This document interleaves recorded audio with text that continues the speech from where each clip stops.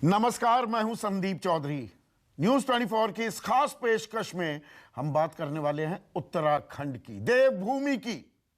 कल यानी कि 14 तारीख को उत्तराखंड की सभी 70 सीटों पर बटन दबाए जाएंगे और इस सवाल का जवाब मिलेगा कि अब की बार उत्तराखंड में किसकी सरकार। और इस पर बात करने के लिए मेरे साथ एक ऐसे शख्स हैं जो उत्तराखंड के मुख्यमंत्री रह चुके हैं, कांग्रेस के सबसे वरिष्ठ नेताओं में से एक हैं। उनके नेतृत्व में चुनाव तो लड़ा जा रहा है, लेकिन मुख्यमंत्री का चेहरा उन्हें घोषित नहीं किया गया। मैं बात कर रहा हूं हरीश रावत की। हरीश रावत जी, कल मतदान है, जीत को लेकर कितने आश्वस्त हैं आप? जी,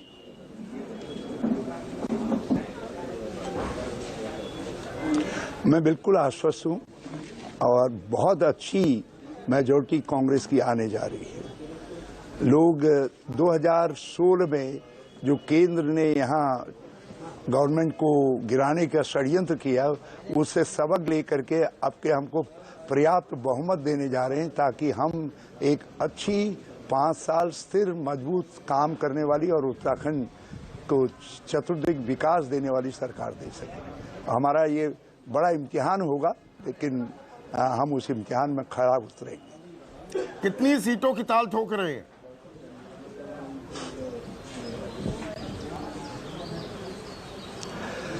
हम लोकतंत्र के विनम्र सेवक हैं। हम तो दाता के सामने मांग ही सकते हैं, और हमने कहा ये दाता इतना दीजिए जहाँ मैं कुटुंब समाए। पर आपको मुख्यमंत्री पद का चेहरा, आपको मुख्यमंत्री का चेहरा घोषित नहीं किया। इतना हमको बहुमत दे दे। नहीं, कांग्रेस ने आप जीत का भरोसा जता रहे हैं, आपके नेतृत्व में चुनाव तो लड़ा जा रहा है, चेहरा आपको नहीं बनाया, कोई खास वजह? देखिए, मुख्यमंत्री तो तब होगा जब कांग्रेस जीत के आएगी। तो मैं आगे की क्यों चिंता करूं? मैं तो सैनिक हूं। मुझको उन्होंने कहा कि युद्ध जीतो, और युद्ध जीतने के लिए तुमको नायकत्व सौंपा जा रहा है, तो मैं तो अपना कर्तव्य निभा रहा हूं। कर्मण्येवाधिकारस्ते मा फलेषु कदाचन। फिर लोकतंत्र में हमारी पार्टी लोकतांत्रिक पार्टी है। लोकतंत्र में जनता की आवाज तो खुदा का नकारा होती है, और उत्तराखंड की जनता की आवाज जो सुनाई दे रही है वो स्पष्ट तौर पर कुछ कह रही है। तो दुल्हन वही जो पिया मन भावे।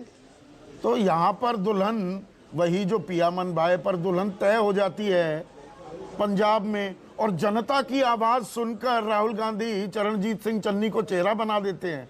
पंजाब में आवाज सुनाई देती है, उत्तराखंड में सुनाई नहीं देती पार्टी आलाकमान को।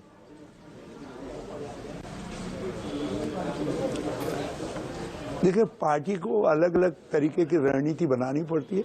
कुछ तो रणनीति रही होगी। मैं तो अपना कर्तव्य जानता हूं। मैंने कहा ना कि कर्मण्येवाधिकारस्ते मा फलेषु कदाचन दे कर्म फल हेतुर्भूर्मा संगो अस्ति कर्मणि। हमको तो अपना कर्म करना है। मेरा कर्म है कि कांग्रेस को बहुमत मिले, कांग्रेस स्पष्ट तौर पर सरकार बनाने की स्थिति में आए। केंद्रीय गृह मंत्री अमित शाह उत्तराखंड के दौरे पर हैं आजकल, और वो कह रहे हैं कि हरीश रावत का हाल तो वो हो गया, ना घर के ना घाट के। रामनगर से सीट बदलकर लाल कुआं आनी पड़ती है, बदलनी पड़ती है। जिस सीट से लड़ना चाह रहे थे उससे लड़ने नहीं दिया जाता। उनको तो हार की आदत हो गई है, और इनका शीर्ष नेतृत्व हरीश रावत की सुनता ही नहीं है। तो जनता कैसे सुनेगी?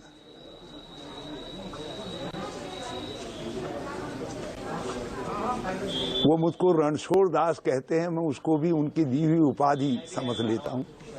जो उन्होंने हार की बात कही है, लोकतंत्र के सेवक जीतते भी हैं, हारते भी हैं, लेकिन सेनापति सेनापति होता है। नेपोलियन कई युद्ध हारा, लेकिन अनंतोगता उसे नेपोलियन का महत्व खत्म थोड़ी होता है। और रहा सवाल, आपने बड़े शिष्ट तरीके से कहा, न घर के न घाट के।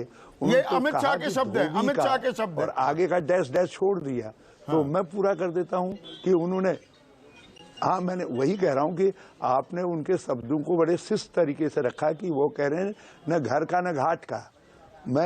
मगर उन्होंने जो कहा वहां, वो ये कहा कि धोबी का आगे डैश, मतलब धोबी का कुत्ता नहीं कहा। बाकी यदि कुत्ता भी कह देते तो हम वो अपनी संस्कृति का पालन कर रहे हैं, हमारी अपनी संस्कृति है।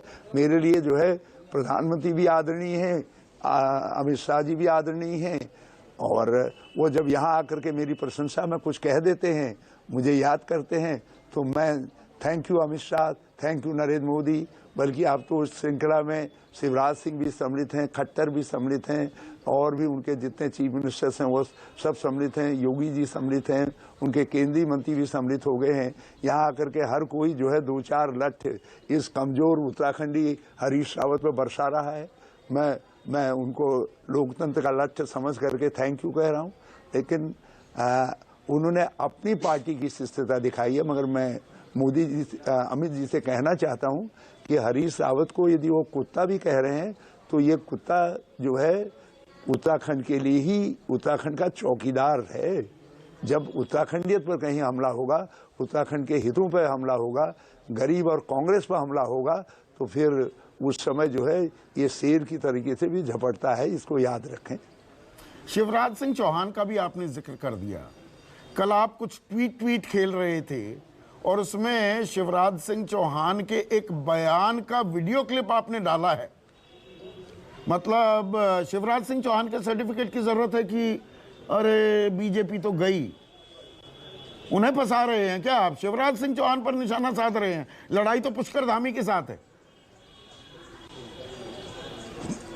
नहीं, मैं तो उनके जो दिल की बात थी उसका जिक्र किया। और शिवराज सिंह तो मेरे बहुत अच्छे दोस्त हैं, पार्लियामेंट में हम साथ रहे हैं, तो उन्होंने अपने दिल की बात कही। अरे भाजपा तो गई, ये तो हमको लगा कि एक तो सच्चा आदमी है जिसने स्वीकार किया। शिवराज सच्चे आदमी है, इसमें कोई शक नहीं है। आपने मेरे एक सवाल से थोड़ी कन्नी काट ली। आप तो रामनगर से लड़ना चाह रहे थे ना, फिर लाल कुआं क्यों आना पड़ा? घर में ही इतना अंतरकलह, विरोध कीजिए। बीजेपी ने 3 मुख्यमंत्री बदल दिए। आपकी पार्टी में तो 5 मुख्यमंत्री तथा कथित मुख्यमंत्री पहले से ही बने घूम रहे हैं। यह दिक्कत नहीं है क्या कांग्रेस की?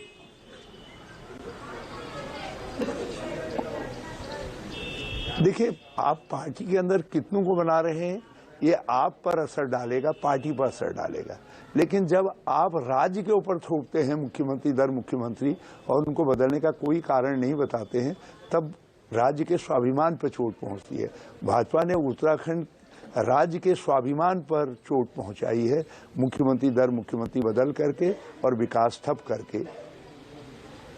तो आप उन्हीं लोगों, उसी पार्टी जिसके बारे में ये आप अपने विचार बता रहे हैं, वहीं के मंत्री रहे हरक सिंह रावत, आपके पुराने मित्र, सरकार गिराने में भी अहम भूमिका निभाई थी, जिनको आप उजाड़ू बलद भी बोलते हैं, या यशपाल आर्य, उन लोगों को वापस लाना पड़ गया आपको।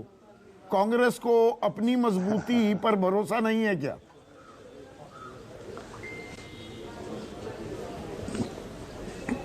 नहीं, यदि जो विरोधी दल है उसके खेमे में भगदड़ है और उनकी रणनीति एक्सपोज होती है और उनको झटका लगता है, तो आपको अपनी रणनीति बदलनी पड़ती है। और लोकतंत्र के अंदर आप जिद्दी नहीं हो सकते, सब कुछ हो सकते हैं। मैं उजाड़ू बल कहता था, मैं और भी बहुत कुछ कहता था। आज वो हमारे सम्मानित नेता हैं, मगर एक बात तो है कि लोग कह रहे हैं आया हरक पड़ गया फर्क, तो इस समय तो चुनाव में फर्क पड़ना है। तो और फिर उन्होंने अतीत की अपनी जो भी गलती है उसको स्वीकारा है। आपने अतीत का जिक्र किया, क्षमा करो। आपके अतीत को खंगाल रहे हैं प्रधानमंत्री मोदी। अल्मोड़ा में थे 2 दिन पहले और वहां कहते हैं सब में डालो फूट, मिलकर करो लूट। वो सरकार वापस चाहते हो क्या? भ्रष्टाचारी बता रहे हैं आपको प्रधानमंत्री मोदी, आपके अतीत को गिनवा रहे हैं, याद दिला रहे हैं। देखिए, प्रधानमंत्री जी के पास एक जुमले बनाने वाली मशीन है, तो वो हर बार एक नया जुमला लेकर के आते हैं, मगर अब उनके जुमलों की हकीकत खुलने लग गई है। गढ़वाल कुमाऊं को आपस में आप लड़वाते हैं। अब आप कुमाऊं से चुनावी मैदान में उतरे हैं, ये गढ़वाल वालों के साथ लड़ाई करवाते हैं क्या? ये प्रधानमंत्री का आरोप है।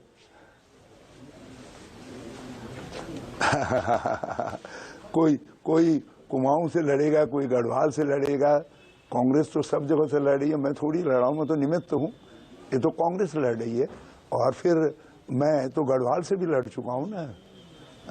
मैं तो हरिद्वार से सांसद रह चुका हूं।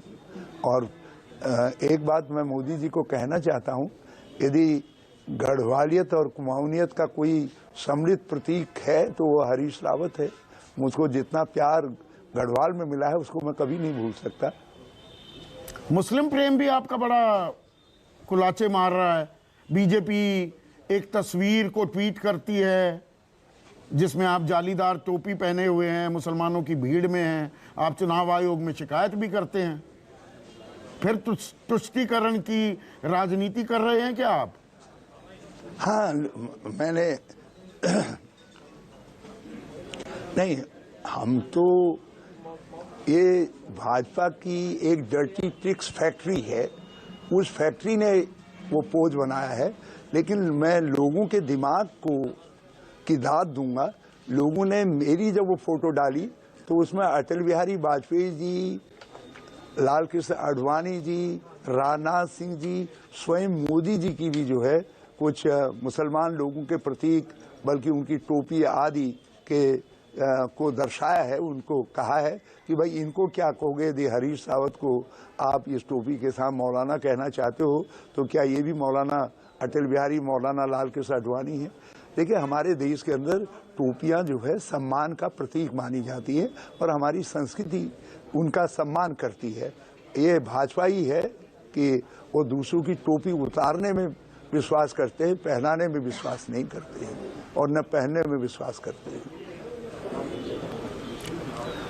भाजपा जिस तुष्टीकरण की बात कर रही है, अभी एक वीडियो वायरल हुआ है लोगों ने, जिसमें भाजपा के मुख्यमंत्री खुद जाकर के जो है मस्जिद के सामने जाकर के हाथ जोड़ रहे हैं।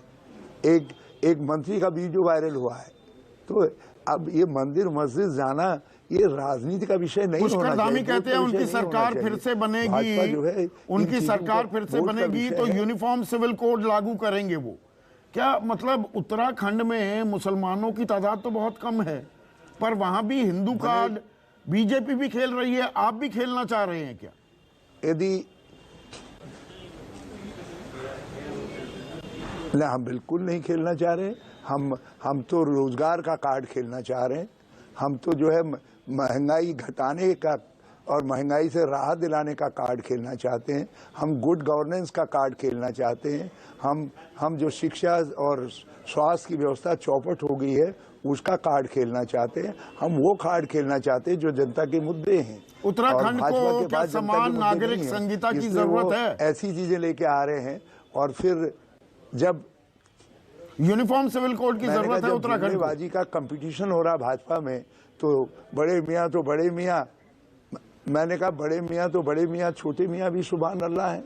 जो है उन्होंने सिविल कोड की बात कह दी। ये भूल गए कि संविधान में ये अधिकार किसके पास है। तो क्या नरेंद्र मोदी जी का स्थान लेने जा रहे हैं? तभी तो civil code, uniform civil code ला पाएंगे। यदि वो मोदी जी का स्थान लेने जा रहे हैं जरा उनसे पूछवाइए कि कब मोदी जी का स्थान ले रहे हैं। वो हमारे छोटे भाई हैं, हम उनको शुभकामना दे देंगे। यदि मेरे इस कमेंट के बाद उनको राजनीतिक दस्त नहीं लगे तो मैं उनको जरूर शुभकामना देना चाहूँगा कि बड़ी छलांग लगाई तुमने।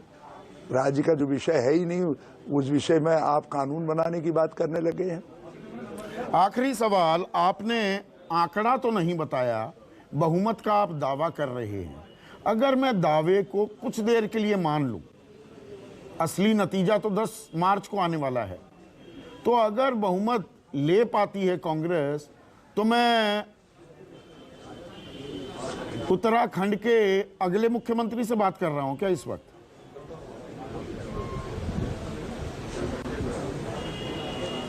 आपके शब्द मुझको शुभकामना जैसे लग रहे हैं, तो शुभकामना देना मेरा काम ही तो हम नहीं। हमेशा ग्रहण करते हैं। शुभकामनाएं मैं किसी और नेता दोस्तों को की नहीं शुभकामना देता। तो बड़ी बहुत हमारा 36 का आंकड़ा है हरीश जी, हम किसी नेता को शुभकामनाएं कभी-कभी देंगे ही नहीं कभी।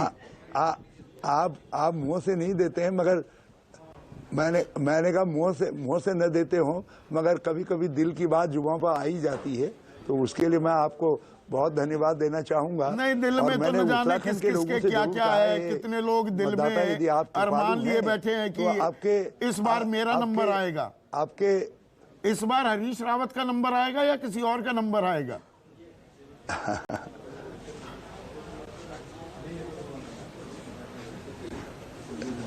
अभी तो आगे चलने की बारी मेरी ही है। तो आप ताल ठोक रहे हैं, बहुमत आती है, मुख्यमंत्री हरीश रावत ही बनने चाहिए।